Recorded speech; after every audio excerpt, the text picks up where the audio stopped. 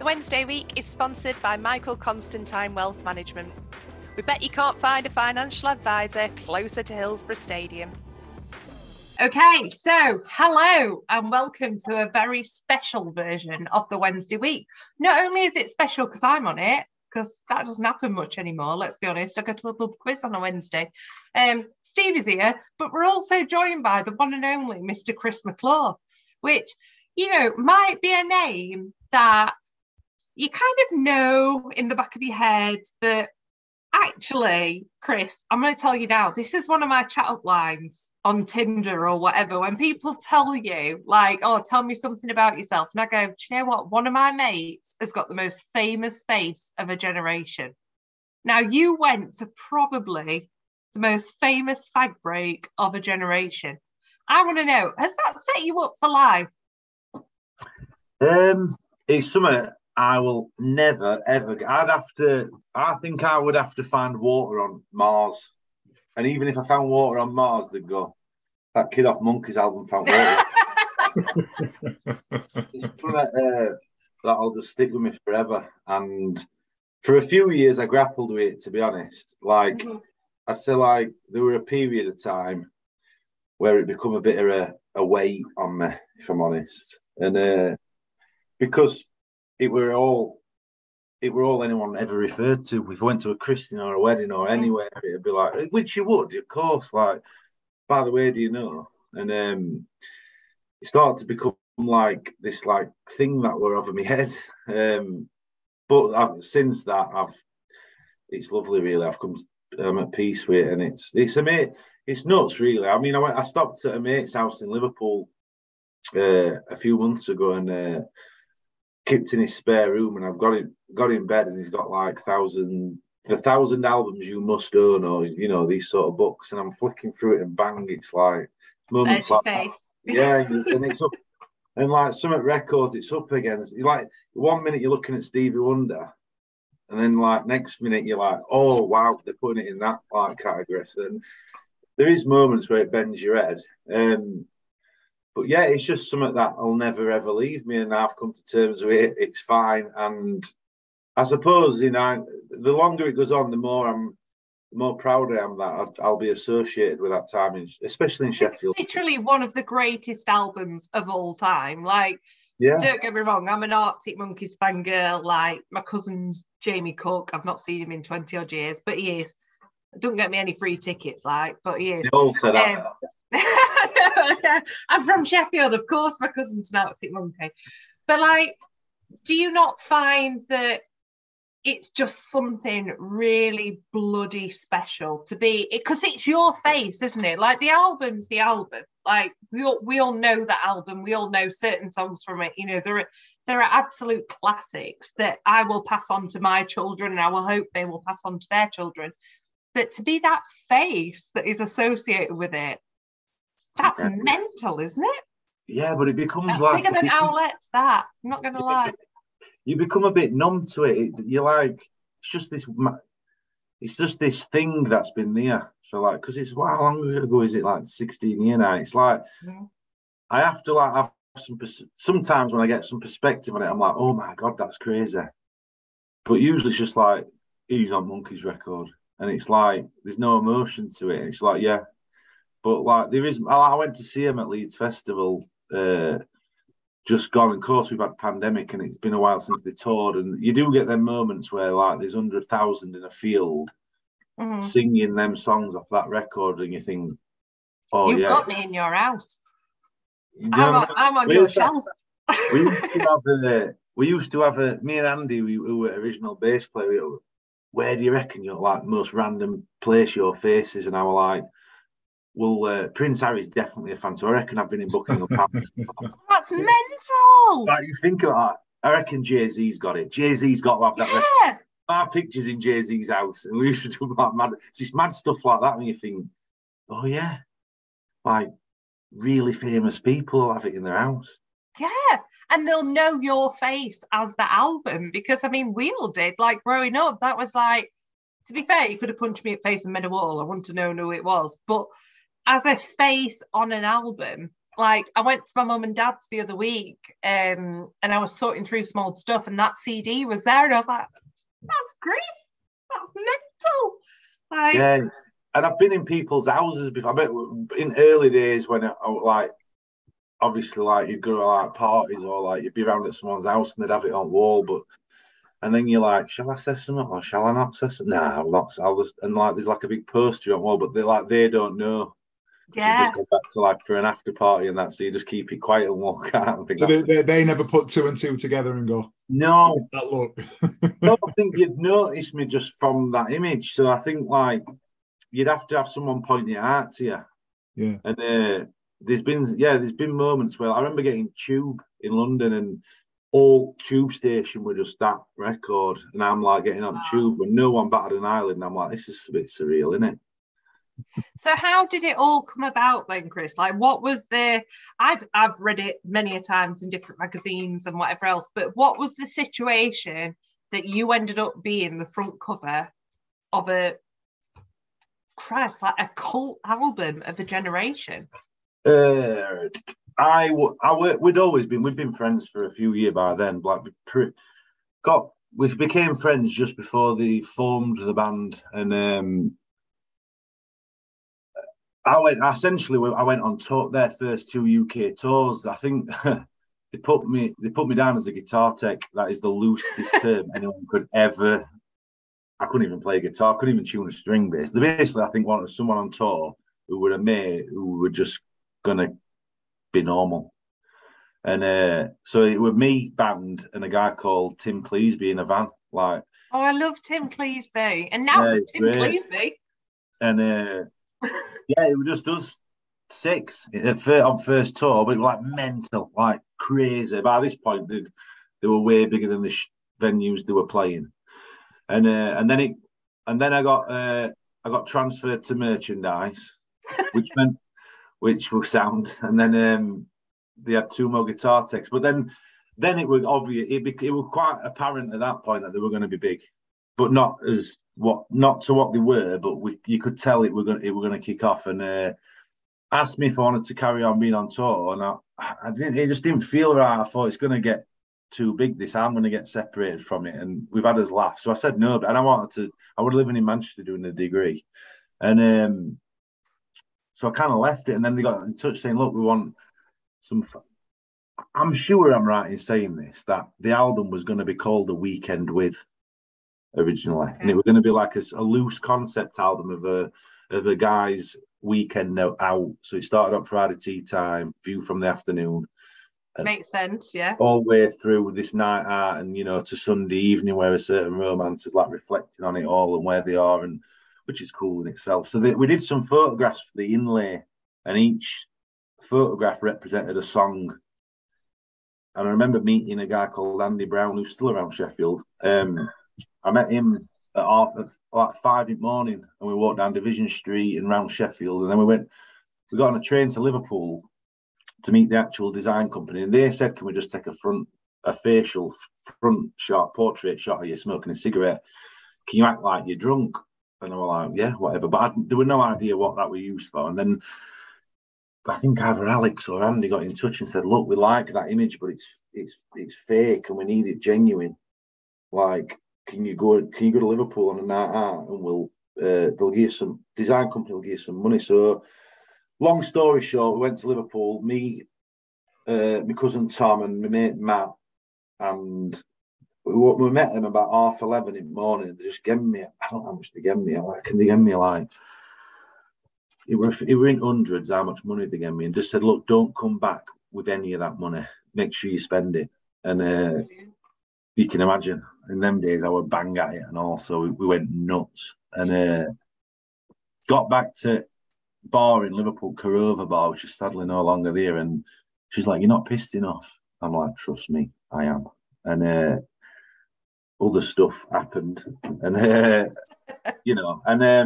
we went downstairs, and we were like underneath Liverpool City. You could see people walking above us as they were taking photographs, but I'd like kind of nearly like passing out, and they got me a bin and being sick, and I smoked a full packet of Lambert and Butler. Bloody hell. We used to call them Lambert and Desperate. I smoked a full pack of fags and was just throwing up, but this like Polish photographer was just taking pictures anyway. I woke up they got us in a hotel. I woke up in Manchester. Tom woke up in Liverpool. Matt woke up in Sheffield. Carr were in Liverpool. Carr needed to be in Sheffield. It was like, what has gone on for you? And Tom, that funny story from that night that no one knows. Our Tom walked home to his mates in Liverpool and thought he was going back to his mate's house, and walks in, sits on settee. Woman comes down, starts screaming. He'd got it wrong house and sat down at wrong settee. They were a couple watching a film. Does that woman now know the situation? She'll never ever know like what were taken that night, like why Tommy were in such a tangle that night, why you were sat on the settee. That's mental, isn't it? So if you think now, if I woke up tomorrow and there's some pisshead on my sofa, probably Dan Fudge, like I wouldn't know if it was the start of. It's like the next Nevermind by Nirvana. That's just wow. And then they just said we're using that image. It's great. When I saw it, I did think, whoa, that's a bit intense. But I didn't, even at that point, I don't think I realised truly what had happened until Date come out. And it were like, there you go, have some mayhem for a few years because it's going to go. And it just went crackers. So, like, from that then, sorry, Stevie, go on. No, I was just going to ask from that point, I was just going to sort of say, you talked about the point where you've seen it for the first time. At what point did it actually become, fucking hell, this is huge? The day it come out, the Monday morning. I knew on the Sunday, I knew that they were queuing on Fargate all uptown, up city centre and stuff. And it were like, this is on another scale big. And the thing is, like with the Arctic Monkeys, Chris, is what a lot of people don't realise is that there was an underground scene, wasn't there, at the time? So obviously, like John and Alex were involved in the boardwalk, and I used to go to the Grapes all the time, and we used to sell out. It had been bubbling up, and we knew because we'd been involved in that scene, but it just got bigger than anyone could handle, and like the secret were out by that. Like it's massive by this point. And I woke up on Monday morning in Manchester, and my mum rang me and said, "Chris, there's like 6 reporters outside house." Then I used to work at a pub in Grenna, and landlords ringing, going, "Chris, there's just reporters everywhere. They're asking for interviews of people. Like, what should we tell them?" And like everyone just went, "Tell them to fuck off." Like. Band didn't speak to media. We didn't. No, I weren't going to speak to them. So, and then I remember Fifth Avenue nightclub in Manchester rang me and said, which were big like indie night, I suppose. And they rang me and said, "Look, I bet you've had a crazy day. Why don't you bring all your mates down to nightclub, and you can have a free bar and you can party on." So we had like top deck at night. Well, I did. Band were nowhere to be seen. I've got like top level of this nightclub, and it would just, and they just literally played record. That's all they played. They just played that record like 6 times throughout the night, and it was just mental. And yeah, just like it just, and then in following years, my brother's band were doing well, and it was just like we saw things and we're in situations that were just like, how did we end up here? How on earth have we ended up in this situation with parties you got to and people you met? And it were good, it's it were a moment in like, well, not even like Sheffield history, it's like proper national, like international music history. That's to me, like for a generational thing, like that front cover to me is the equivalent of the Abbey Road sort of crossing the road cover. Do you know what I mean? Like for a certain age, it's that important to that. There's certain records, isn't there, that like whether it be like rap or rock and roll or like even pop, like there's certain records that like capture your generation, and that was the record, weren't it? And I don't think that's a thing anymore, is it? Because we don't buy.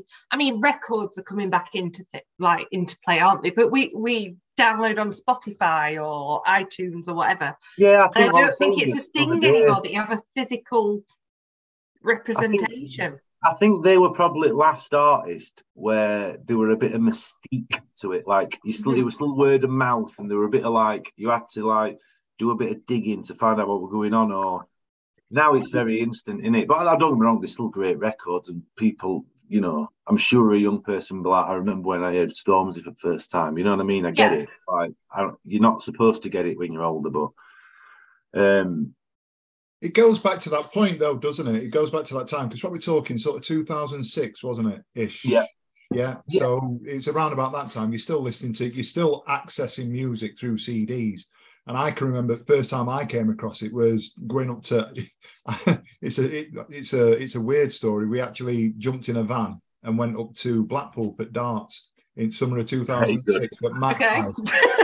And one of the lads has just dropped in. Oh, have you heard this band, Arctic Monkeys? And it were a group of lads from sort of Rotherham side. Yeah. And we've listened to it. Right, fucking hell, this is decent, isn't it? And then we spent the next sort of 6-8 months all getting in and all talking about it and all listening to it. And that's obviously that's sort of it's come before the release of the album, and you're listening to the songs that were on that demo that then went onto the album. You're like, oh, I'm familiar with that, and I get that, and you felt like you were part of something. That's the key. If that makes sense. You've just hit nail on head. You felt like you were part of something before it became commercial, and before it became big. You recognised that song, you recognised that riff, you recognised all of that before you'd even seen the faces. You felt like you were part of it, and I think that's massive. And you said two things there. You said two things that are bang on, because one, as soon as you heard it, you were obsessed. I don't care what it is, where they are, get me into them. We're all into it. We're having it as soon as it came on. And two, there was a distinct feeling that we found this before you lot in London. Yes. Before industry. Oh, yes, that's exactly it, isn't it?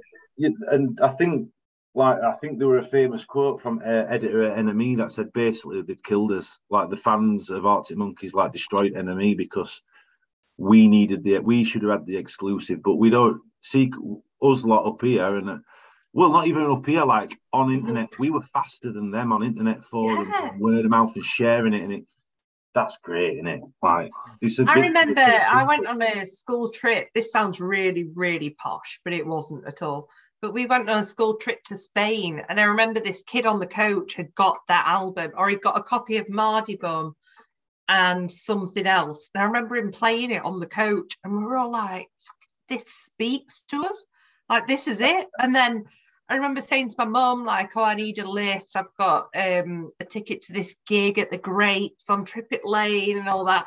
And when we got there, we were outside, and like my uncle was outside. My mum was like, oh, how do you know them? And he was like, oh, James in band. And it all just kind of like bubbled. I'm not, like I said, he wouldn't know me if I shat on his face. Like, he doesn't know me at all. But it was a really weird feeling of, we've discovered something before anyone else. So it was almost like, you talk about the Beatles, you talk about those sorts of cliques that kind of form from bands, and I genuinely think that they were one of that sort of, I don't want to say repertoire, but you know what I mean, like just as good. I'll tell you the moment I realised when it, and this links into Ryan, who's your relation, Vicky, and who's sadly not with us anymore, and my brother, because Libertines were kept doing secret gigs in London. Pete Doherty were big on like, I'm going to play in this person's flat at 6:30, whatever. And it was very DIY attitude. And my brother, a band called Harrison's from Hillsborough, at Monkeys, put a gig on in a practice room in Neepsend, and just basically said, right, bring your mates, we'll have a gig. We're not even promoting. We don't need to promote it. We'll just invite as mates. And there were a bit of tension between. So my brother, who were in 1984 at the time, and Monkeys were like, we were all, and all like Grenoside, Ecclesfield, and Chapeltown lot were all like best mates. That were our little crew. Harrison's, although they were part of the scene 100% and around it and in it, and like there was still some tension between Hillsborough lot and us lot from ridiculous, really. I know. There were a kid called Richard Rice, who's also sadly not with us. And he kind of like flitted between two. He was like a bit of an olive branch. So I've gone to Rice's, we've gone to Netto on Middlewood Road, sucked it all. His mum's house just off Middlewood Road. And then we've got tram. And everyone, you can imagine there's like 30 kids from Chap, Echo and Hillsborough in this practice room, and like there's something bubbling. Your Ryan's there, and something's bubbling. Was it down at the Wicker? Did you say? It were like it's on like. Do you know where Riverside pub is? Yeah, I remember. Yes, like, I remember you or your brother saying about it. Oh, I remember that day. Down from there, and our kid's gobbed off on stage like he used to, and like something's gone. Anyway, a pool ball's got chucked and a lot's gone, and I mean, it's like there's no like security. Oh, it's just our party, innit? And it's like there's people on pool. Well, the famous line of pool cues in hands, and it's like a riot. I remember he done at stairs with Rice. Just like when will this be over? Because it's a riot. And long story, I'll speed the story up. Everyone had gone. Like, Harrison's mob had gone. Our lot had gone. There were about 6 of us left in. And Monkeys are like, Alex were like fuming, Andy were fuming. And I'm like, you've got to still play. You've got to still play. You can't just, come on, we've come to watch you. And this was just before, they were just writing what we now know as the classic songs, and they played, and there were like 6 of us went mental when they were playing. And week after, I met Alex for a drink in Cowan Calf at Grenoside, and he's like, I've got a song, like I've wrote a song, like we're all talking about it, and he come to my mother's and played A Certain Romance, and I was like, yeah, you're a genius, like you've nailed it, and like I've got a tattoo. I don't know. Yeah. This is ridiculous. We're stripping off on webcam now. We're in, Stephen. This is going on YouTube. That's meant to say See the Truth, but it looks like Lee the Truffle. And, when he talks about over there, the truth is seeing that he says there's life. What is it in A Certain Romance? And there's the truth that they can't see. Yeah. We used to, oh man, it's so young and embarrassing now, but we all used to be like, this is way before that song, be like, oh, you need to seek truth, like truth. We believe in romance, don't we? Like it was like a thing, like we used to say, and I got it in a song. So me and Andy had tattoo on first tour, but yeah, it looks like Lee the Truffle. And I've always been in my phone, John's phone ever since as Lee the Truffle. Amazing. But yeah, that night will like stay with me forever. It's a funny one, isn't it? Because obviously, like, I've got the link there that my cousin was the dickhead with a pool cue in his hands, and that is... There were a few dickheads in that room. Like, but for me, that's a huge thing, and we had that as the funeral song, and then my other friend who passed away a couple of years later, he was there that night, we had it as his funeral song, and obviously there's a bar in town that I tagged you in, Chris. There's a bar called Indigo. Yeah, I've seen it. Down at Kelham. Yeah, and they've now got so I think there's like 5 or 6 guys that run that. They all live on my road, but I don't know who they are. But they were all like really close mates with my cousin. And then they've opened one where the Devonshire Cat used to be, and called that Indigo Resurrection. And they've actually got like the quote, and dickheads who like to fight with pool cues in their hands, and then a picture of you at the side of it. And I was like, Chris, you're sorted here. But unfortunately, you don't drink, so they can't give you any pop. That night just will go down in like urban legend, really. Like it were unbelievable, and one of the greatest songs that last 25 years come out of it. Exactly. So let's move to the now.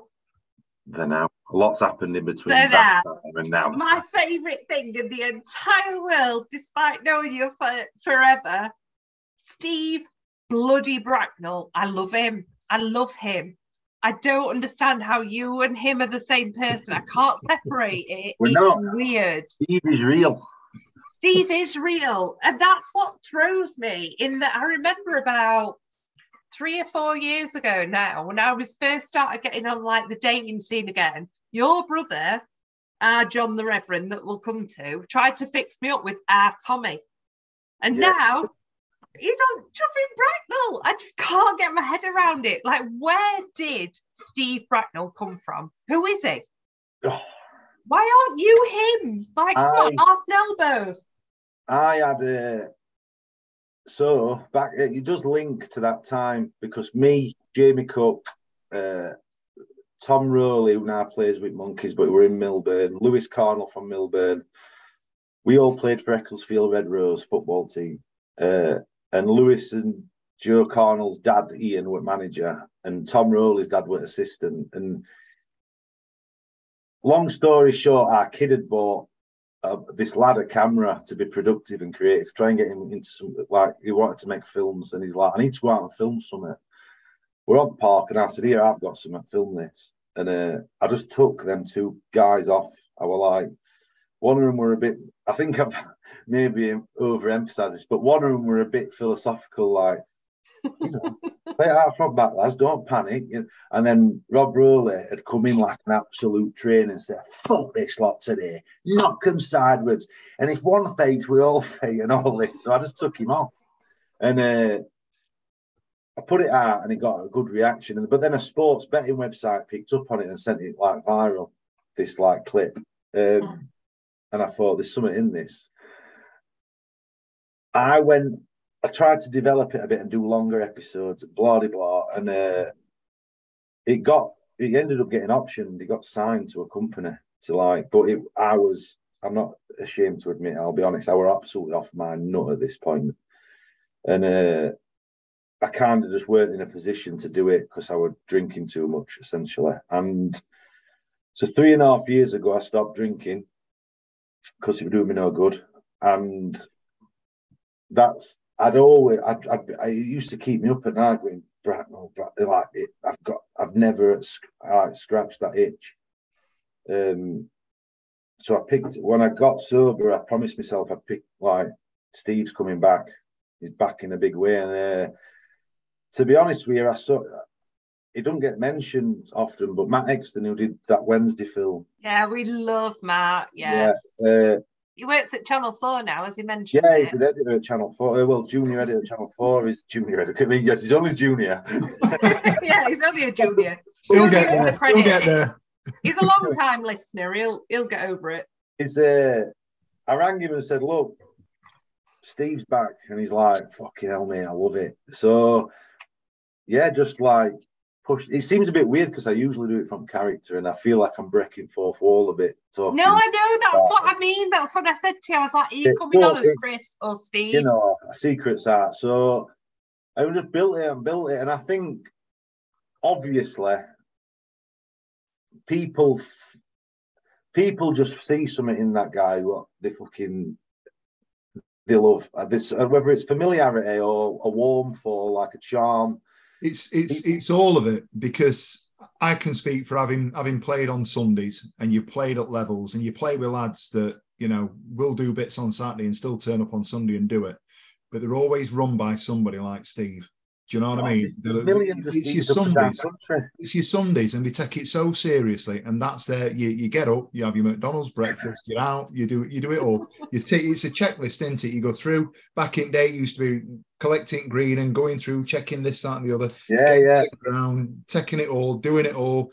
You know, you every little bit that you do, it speaks to every single person, and that's why it's so good, and that's why it resonates with so many people, because you just go, been there, seen that, done that, spoke to that person. It's just, it's so real. It's phenomenal. And Alt Best, I see it as a comedy, an Alt Best comedy. And I'm not putting myself in this bracket, but if you look at like Jim Royal or like Alt Best comedic characters, or Ricky Gervais, like David Brent, they're like, you're like him, he's like such and such. Like, you all see yourself in them characters, really. And like, I know him. And I think that is touched on a bit of that. And what I really love and what really makes me happy is that obviously this is a live comedy that's unfolding in front of people's eyes online, and it's how like people like just get on board, and like it's like you lot are even more messed up than us, because you're like going along with it. There's no one. We believe it. Like, I've known you since I was like 23, and I believe it. I'm like, people are just like, no, I'm in. We're all, and not once has anyone questioned our fucking barmy all this. Just like, no, we're in this alternative world, and we're all fucking fans. Like, let's have it. And that's fucking bizarre. And like some of the stuff that's cropped up, you're just like, what on earth are we creating here? I remember having an argument with my missus though once, and she went, He's not a character. He's real. He's in front of my face now. The thing is, though, like the Steve that you have created, like, all right, he'll F and Jeff, and he's, you know, we'll get onto it in a bit about the mental health side of things, but he'll be a Sheffield bloke, like that. That's who Steve is. That's what he represents, you know, arse and elbows and all that. But he's a genuinely nice guy. Yeah, I think you can see that, like, underneath all the like, whatever, the grandiose, like, almost bullying. He's almost a bully at times, but underneath it all, his motive's quite beautiful, isn't it? Like, he just wants to succeed, doesn't he? And he just wants he just wants someone to turn around and go, "You're the man." And he's never going to get it, but he's forever searching for that. He wants to, you know, probably when he was like 21, he was well dressed, he was cool, he was downtown, he had like... He was probably in an academy. Yeah, you know, he was like downtown, yeah. like Oasis were out, he had swagger on, and people thought Steve's cool, and then times kind of dragged him down slowly, but in his head, he can't let go of that, I don't think, and I think that's the... You know, so you kind of, although it's the same way that, like, it's like how he is with House, it's the same way like Del Boy is with Rodney. It's like, it's bullying on a level, but it's coming from a place of love, really, if you'd like scratch surface. You're right. Maybe I'm looking far too deep into it. Everything you've just said there about, you know, all what he is and who he is, everybody lived it. And those people that are talking about being 21, and they've got the world in front of them. They've got the future to look forward to. They're going to make it. And they're going to do this, and this. It very seldom happens. So you can look back at it, and you can, like I say, I can think of specific people in my life that I've known through football that I look at and go, I can see him in him, and I can see him in him, and I can see him in him, because those people actually do exist. You know, and from a local point of view, you know, the people that you're talking to. Obviously, some of those people are actually real people, you know, and this is it. And do you know what I mean? And that's like, I know we laugh about it, but we say, oh, this fictional character, but a lot of it's not fictional. A lot of it's what you're seeing is real. And since it's become a bit more popular, I've had people sending me show reels and like actors and that small time, but they wanted, and I'm like, no.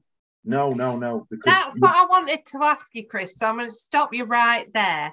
Go on. So if I came to you tomorrow and I was whoever, commissioning editor at ITV, BBC, Channel 4, Maxton, whatever, and I said to you, I want to put Steve Bracknall on the telly, 9:00 Thursday night, would you sack off Winnie and our Tommy and Housey and Bob the Bucket? Would it be a cast of the in-betweeners that came in, or would it be the authentic team? Depends how big fucking check word, doesn't it? You know, you can't ever, if you go down that path and you get to a commissioning stage and you're talking to a broadcaster, they're going to want some assurances if they're spending a lot of money that they're going to get a level of quality back. But I would argue tooth and nail that the beauty of this is the realism, and that, you know, Tommy's on bins. Tommy's on bins and he's getting beats in the street, and you know, houses out and about, and they're getting stopped for photographs. And I don't think you can. There's a fine line with Bracknall, and if you get in that world, if you get it wrong, you've lost it. If you get it wrong, you plummet. And you know, and if it did go like that, and we got it wrong, then you'd live by it, sort of say, look, I tried. But like, you'd live by it, sword. You'd die by it, sword. That's it. You know what I mean? You see, there's a lot of him in me. There's a lot of. You know, so when people say it's fictional, I question whether it is or not. I think no, it's. I don't. You're a lot more serious than Steve in real life. You're a lot calmer, a lot more sort of zen. You fucking have seen me go. You want to see when I used to drink? Exactly. That I was going to come on to that. So obviously, like the last few years, you've been like a massive sort of figurehead for like real life mental health. So obviously, like your brother John's talked about mental health quite a lot, and he's got the platform, he's got the blue tick and all that jazz. But you've been out there and you've kind of said, look, I've got a problem. I've dealt with it. I've come through it. I'm here for if anyone wants to talk to me. And obviously, that must be. I mean, you and your brother were the first people that got in touch with me when I got all the shit on Twitter that I got. And, you know, I'll be forever grateful to like both of you for that. But you must sit there and, you know, you've stopped drinking, you don't do drugs, you still smoke, you dirty bastard. Yeah, but you don't. One at a time. Let's calm it down.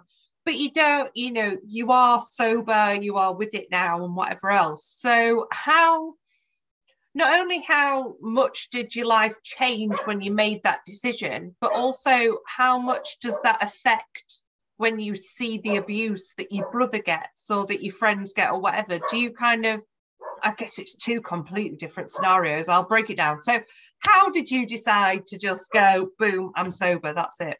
Well, it is all intermingled a bit, but I just never, I suppose, I will talk honestly and openly frank about it if I can. First things first, I don't see myself as like a mental health spokesperson. I won't put myself on that pedestal. I just tell my truth and then that's it. And what else? I can only ever say my experience and what I've gone through or what I believe. It's all I've got really in it. And it took me, I knew deep down, subconsciously, I didn't drink like normal people. When I drank, like I can't. If I have a pint, I can't stop. Like literally, something inside my body goes, "You get ready because you're going on a rate ride now." And for many a year, that was fun. And there's a lot of that. 80% of that, 90% are like that's like I've got fond memories of it, and it's beautiful and it's good memories. But then there's a side where I thought there's a dark side to it and all, and you know, I could tell stories about what we've just been on about with parties, monkeys, and Gallagher's and all that shit. I can tell all them stories about like being at Wembley Stadium, Noel Gallagher's there, arm off my head, and I've blood, and that's funny, and people love it because of the environment and the persons and people involved. If I tell that story and it's was the Bridge Club and Dean, it becomes a horror story then. Do you know what I mean? And like it's we like glamorize stuff, don't we? Like we make it like a sexy thing to do. Yeah, I'm glamorizing it, and there's plenty of that. But yeah, it just got to a point where it was having a really negative effect on my life. I didn't like what I was becoming. So I sought help, basically. Well, I was dragged into some help, and then I thought, no, actually, there might be something in this. And that's my own private way I get help. I mean, anyone can ask. I tell anyone in private how I got help, but I don't like go about shouting it. No. Many different ways to get help. And yeah, I've got a mountain of evidence now to suggest that my life's better when I don't booze. So any decision to go back boozing is I'm well aware of what the consequences are. And, you know, never say never. I try and like take it a day at a time, really, and just I don't put myself under a It's not like I'm quivering in the corner going, oh, my God. You know, I'm aware of what the risks are if I do go back out and have a bit of a whirl at it again. And, you know, I've got a degree since then in occupational therapy, in relationships. You know, that one in. My relationships have improved massively with everyone. And then you did bring up that Twitter thing and that whole thing, and I'm responsible for a lot of that too. I'm not just going to like sling mud and say, oh yeah, and my brother, and I'm sure my brother would say the same. Like, I mean, really, in grand scheme of the things, it's not important, but it can suffer. Your mental health can suffer, but you know, I weren't totally innocent in all that, and I'm sure I could have said the same, and really, and I suppose it's probably the same for people who are arguing with. All it does is leave you feeling shit inside, like you're like, and I suppose what you want deep down is someone to turn around and go, do you know what, you're right.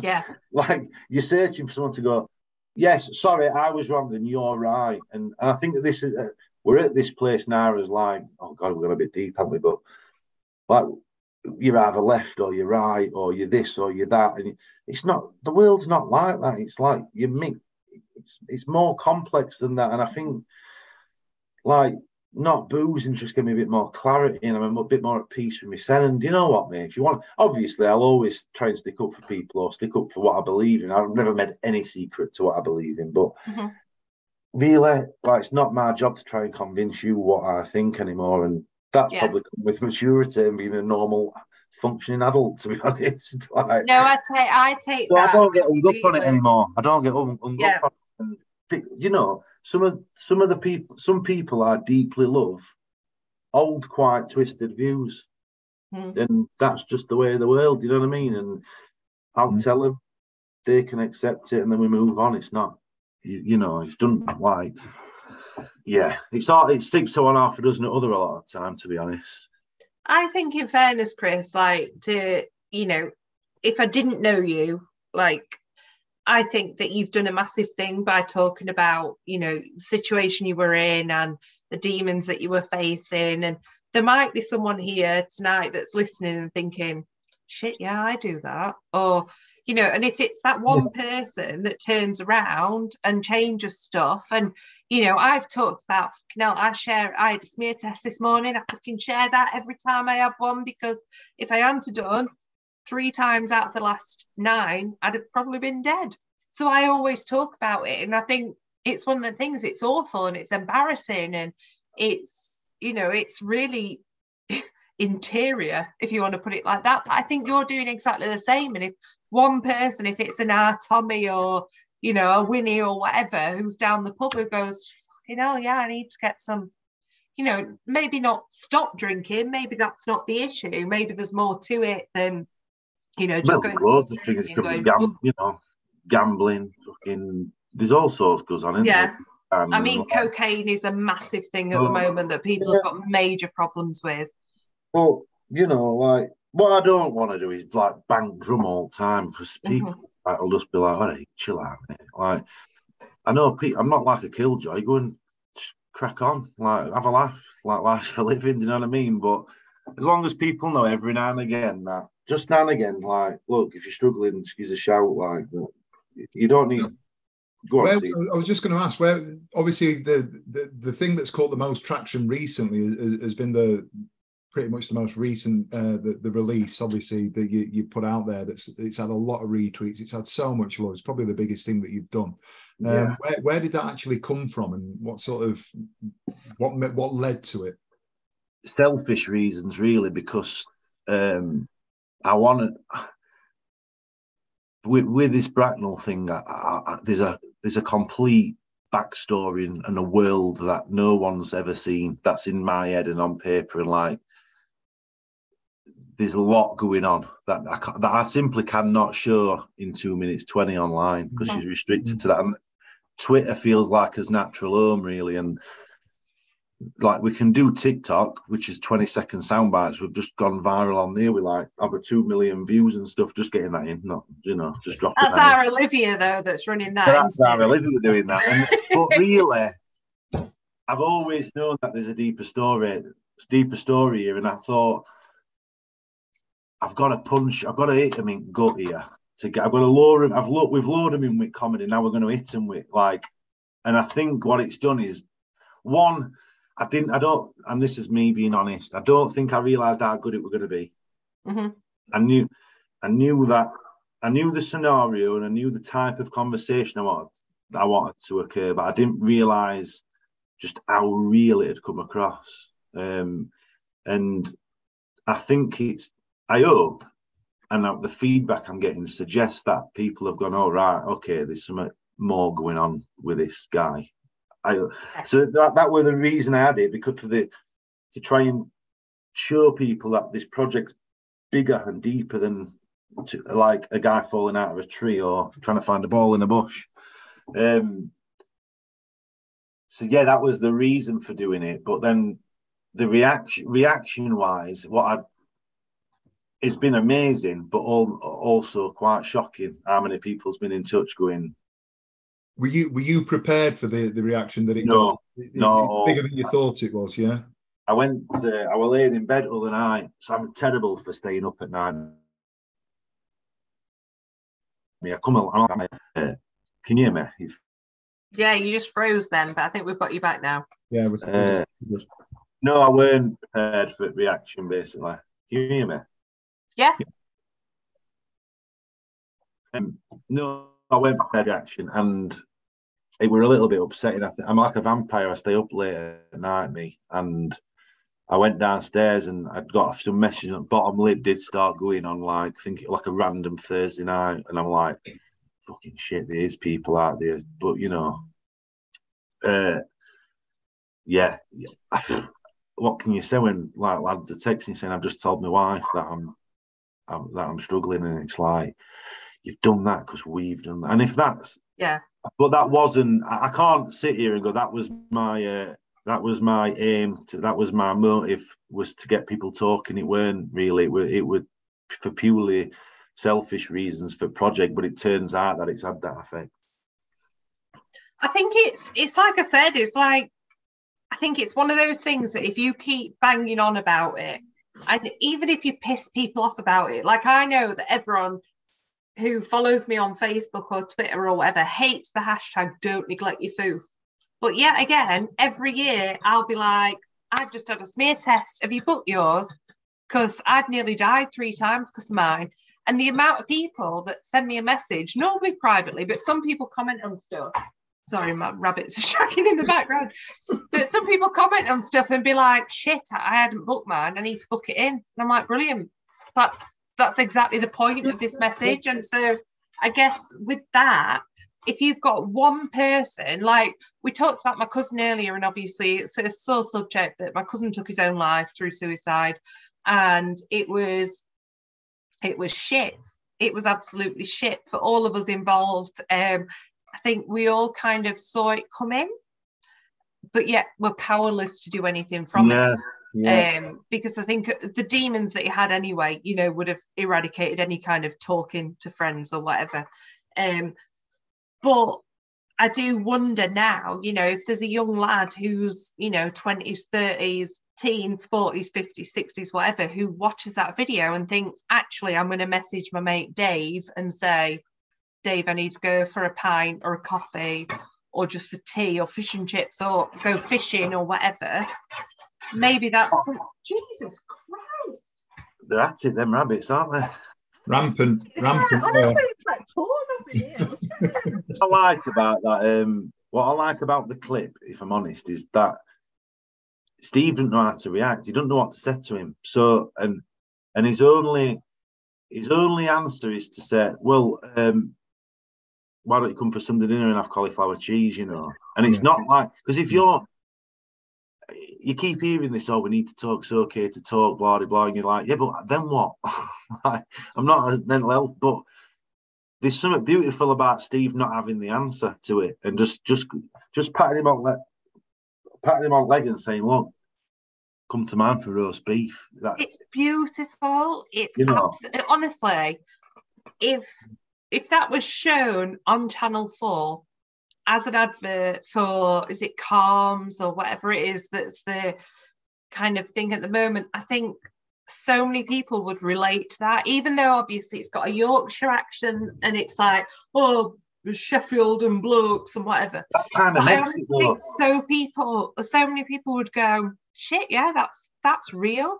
We're having a big discussion, subtitles or not subtitles, subtitals or not subtitles. Now, you've got to subtitle it. It'll work because I've got, for some reason, I've got right into watching all programs with subtitles. Try it; it's brilliant. I don't know why.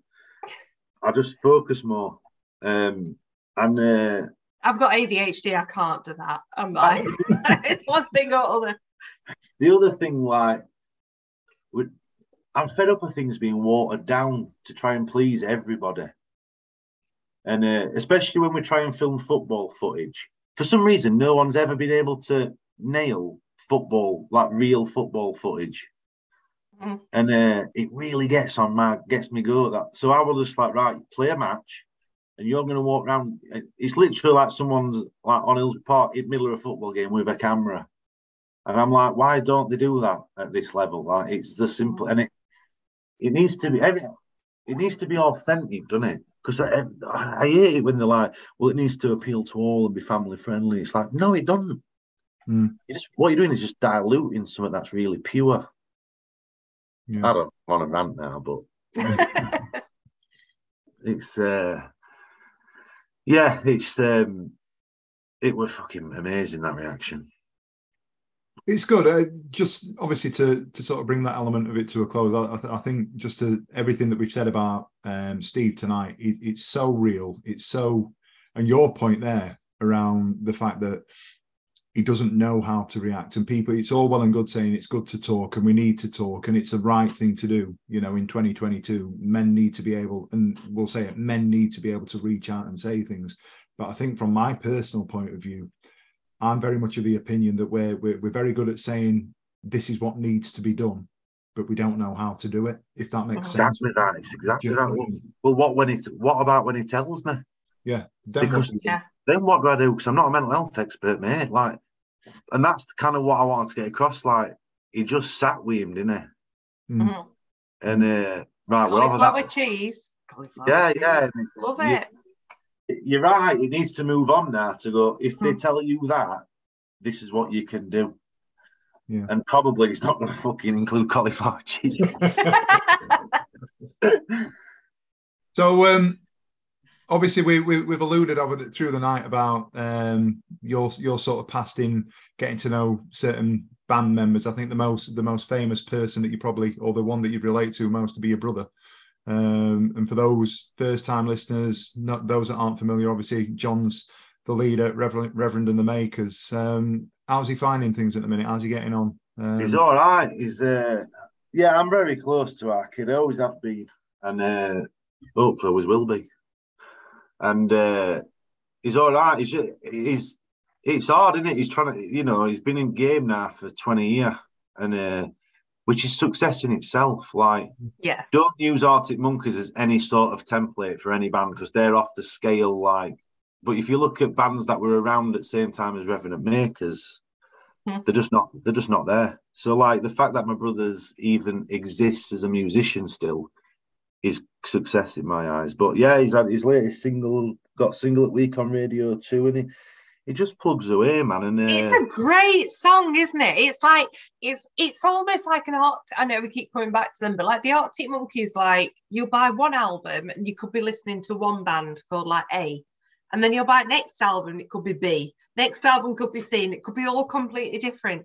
And I feel like this next generation of the Reverend, it's just completely different. It's almost like there's a ska sort of theme. There's a sort of Africa. Obviously, he's been to Africa and he's been learning about music in Africa, but it's just so different. And his voice is beautiful, isn't it? Can you sing, Chris? Of course I fucking can. I like to think I can, but no, not really. I sing in shower and that.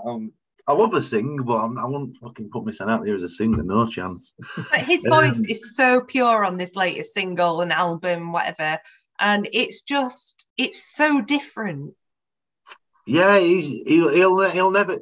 He thinks deep and hard about his art, John. Like he really goes deep, and he refuses to make same album twice.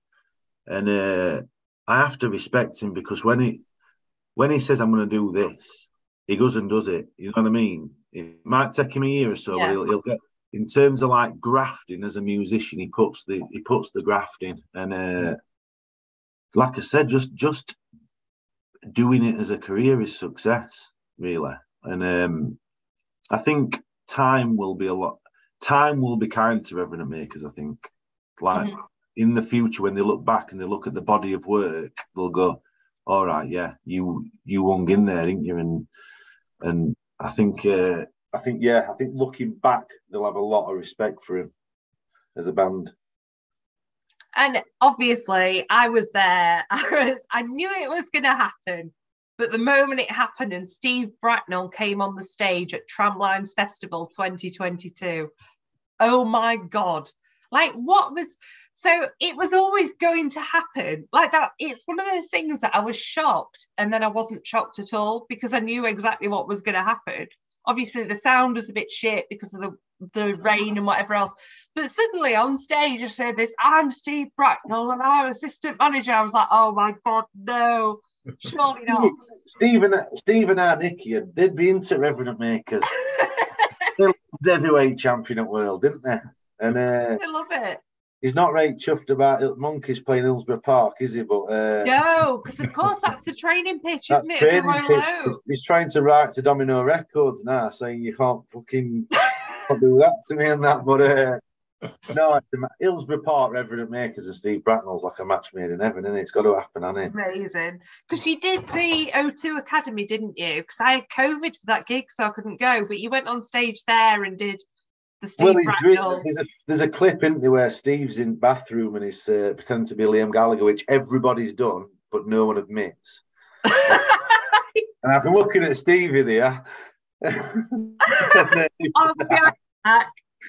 Everybody is like about 2 minutes on their own where they're like, well, I'll just like arch me back a bit, get my teeth out, and just, get me head up to the mic, and I'll just be in for 2 minutes. But obviously, Nicky catches him in act, and he's like all flustered. So Joe Cardinal had seen it and asked Steve if he wanted to do acquiesce, and it was Joe Cardinal, wasn't it? Yeah, not Reverend. Yeah, so that were Steve pretending to be Liam, but then Chris being pretending to be Steve, but really pretending to be Liam.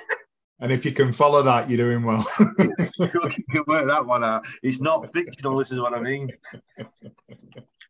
So we've got to touch on, obviously, people have tuned in. This is the Wednesday week, and you are a Sheffield Wednesday fan. Obviously, you sit near me on North. That's how I know you. I know you for fucking hell far too long.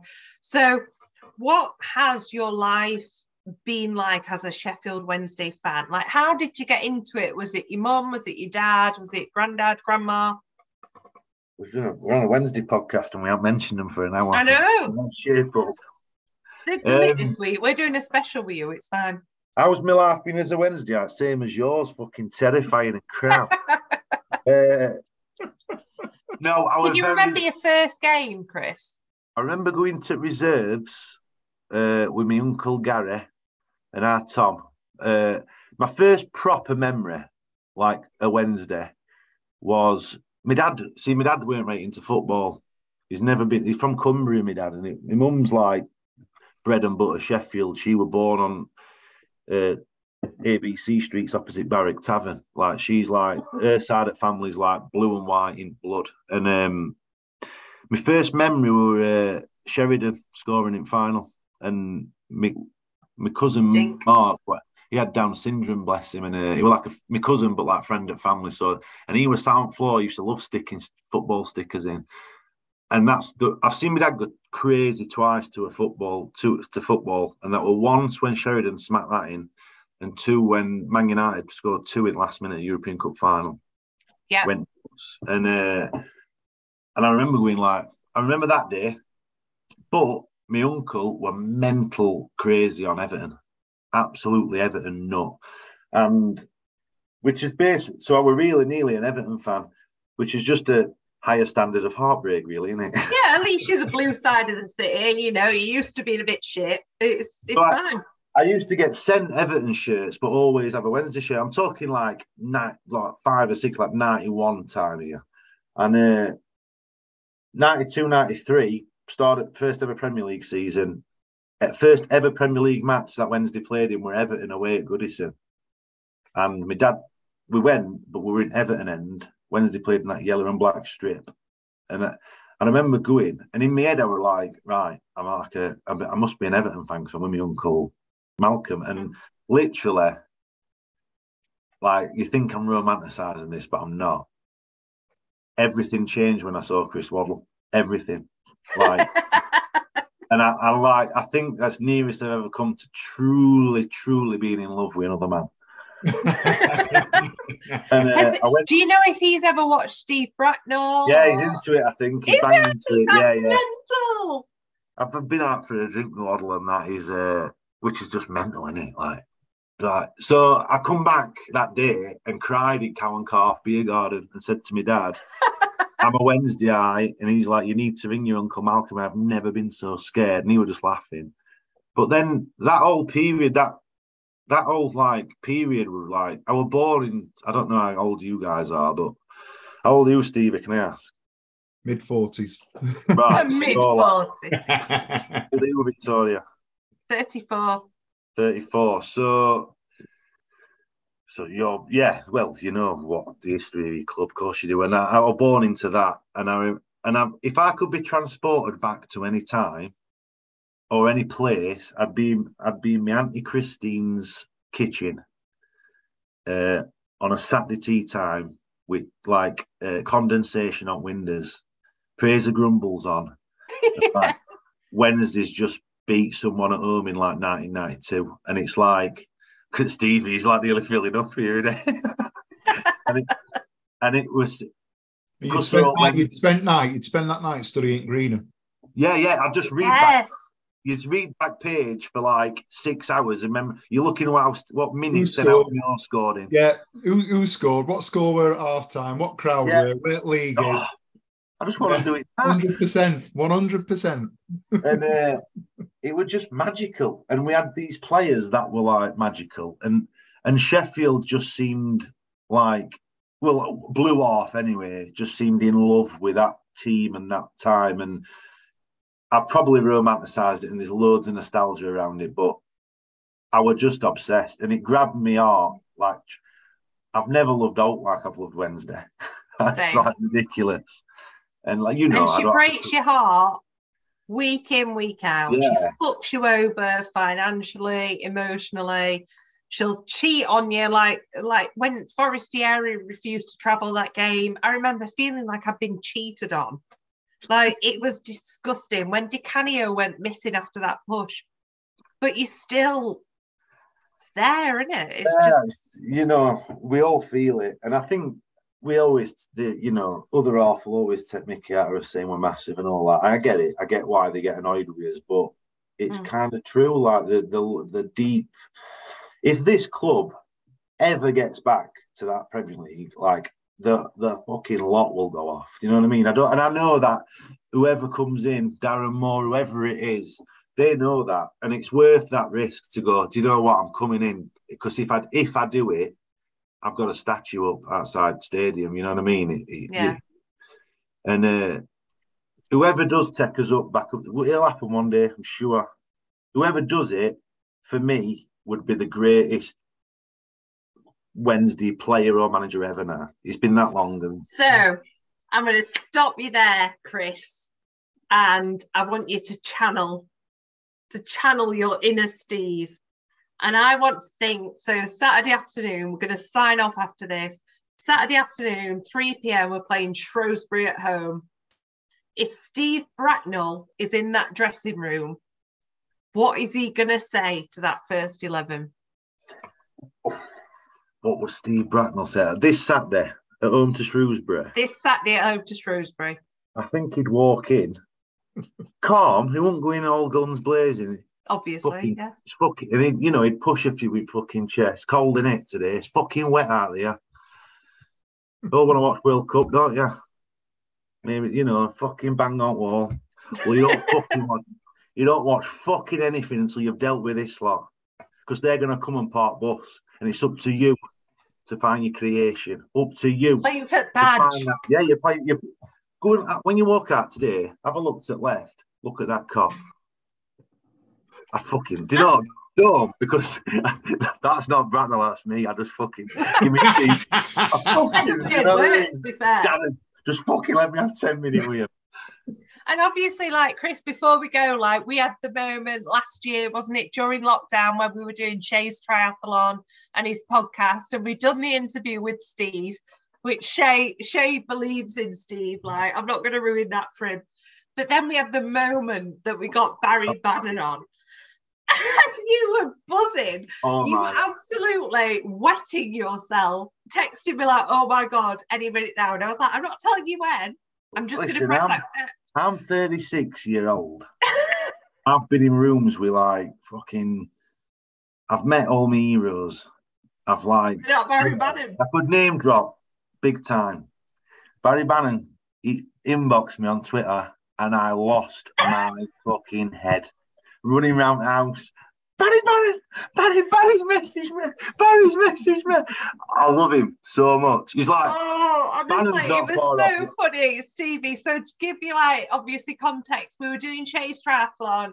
We'd done the podcast the week before with Steve Bracknall, and Shay was buzzing that we got Steve Bracknall. Then Chris said, "Wouldn't it be funny if?" And it just kind of went from there, because we knew that Barry had watched a bit of Steve, and he kind of got it. There's a great clip. I still think Barry might think. I don't think Barry totally understands it, mate. No, he does because after we'd done the call, Shay's internet cut out, and he said to me, he was like, "Is he real?" And I went, "No, do you know who he is? He's the guy off the Arctic Monkeys album, blah blah blah blah blah." And he was like, "Oh fucking hell, yeah, I get it now." So he does know now. At the time, he probably didn't. He probably thought. I'm literally just buzzing that Barry Bannon knows who I am. Absolutely ridiculous. So funny, but it was just such a funny moment to watch Steve Bracknall appear and be like, "Have I clicked on AGM for Sunday League? Nicky. And Barry Bannon was pissing himself. He got it. Yeah, he's good, isn't he? It was so funny. He's an absolute credit to our club, Bannon. He is.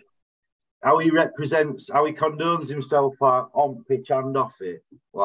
It's what you want in it. And I think if he takes us up this year, he's up there for me because he's stuck by us, hasn't he? I think there was a period when he was first made captain, when it was kind of like switching in between him and Hutchinson and whoever else, that I wasn't 100% sure because he was so hot-headed, as is Barry Bannon. But I think in the last few years, probably since he's had Elsie, he's calmed down a lot, and he's just he still gets angry. We all get angry. I think to that point though, the problem that Bannon will always face is that he's always going to get that backbite that people go, well, it's just League One or it's just Championship or whatever else. Nobody's telling me, and I say this week in, week out on podcasts, nobody's telling me that if we weren't playing 2 leagues higher, you won't be part of that team. Yeah, and I'll tell you another thing I'll say, and I'll go out and say this, and if I get slagged, in an old that early 90s team that we've been discussing, and I'm putting Bannon on bench. That's all I'm saying. Yeah. I think he'd be good enough to play alongside them. People like Carlton Palmer and that might disagree. I like Palmer. I've got a lot of time for him, but I know you were saying this conversation cropped up, but I think he's in and around that squad. Is that good? I agree with that. Yeah. 100%. And the fact that he's stuck with us, despite where we are, puts him in that conversation, doesn't it? Well, he's transcended now, hasn't he, into he's just part of club's history, and he's a Wednesdayite. It just oozes out of him, doesn't it? What it is to be a Wednesdayite, and I could talk about Barry Bannon for another 3 hours if you want. So, Chris, we're going to let you go, but tell us, what is the future of Steve Bracknall in 90 seconds? What is coming up? What can we expect? What do we need to petition for? He's about to announce the biggest sponsorship deal that grassroots football in Sheffield has ever seen. Is it Mailing Bridge Motors? No. Oh! I'm not saying too much, but Bracknall is about to drop an absolute bombshell on Sunday League football. This sponsorship is a game changer. Do you know what? The irony is, right, my mum is obsessed with Steve Bracknall. Obviously, Babs is Steve's mum now. So she's buzzing about it. But Gary Wainwright off of Mailing Bridge Motors sits behind us at match. And every time he comes up, she goes, "Fuck Wainwright, bloody black Gary Wainwright." And you've got cheek to call it fictional. I know. It's so real. It is so real. Well, Chris McClure, thank you so much for coming on tonight. We've loved talking to you. We cannot wait for the next of the Bracknall saga, the next Reverend and the Makers album, the next Steve Bracknall on an Arctic Monkeys album. That would be the dream, let's be honest. But thank you so much. I'm going to stop recording. Hold on, bear with me. Woo. The Wednesday week is sponsored by Michael Constantine Wealth Management. We bet you can't find a financial advisor closer to Hillsborough Stadium.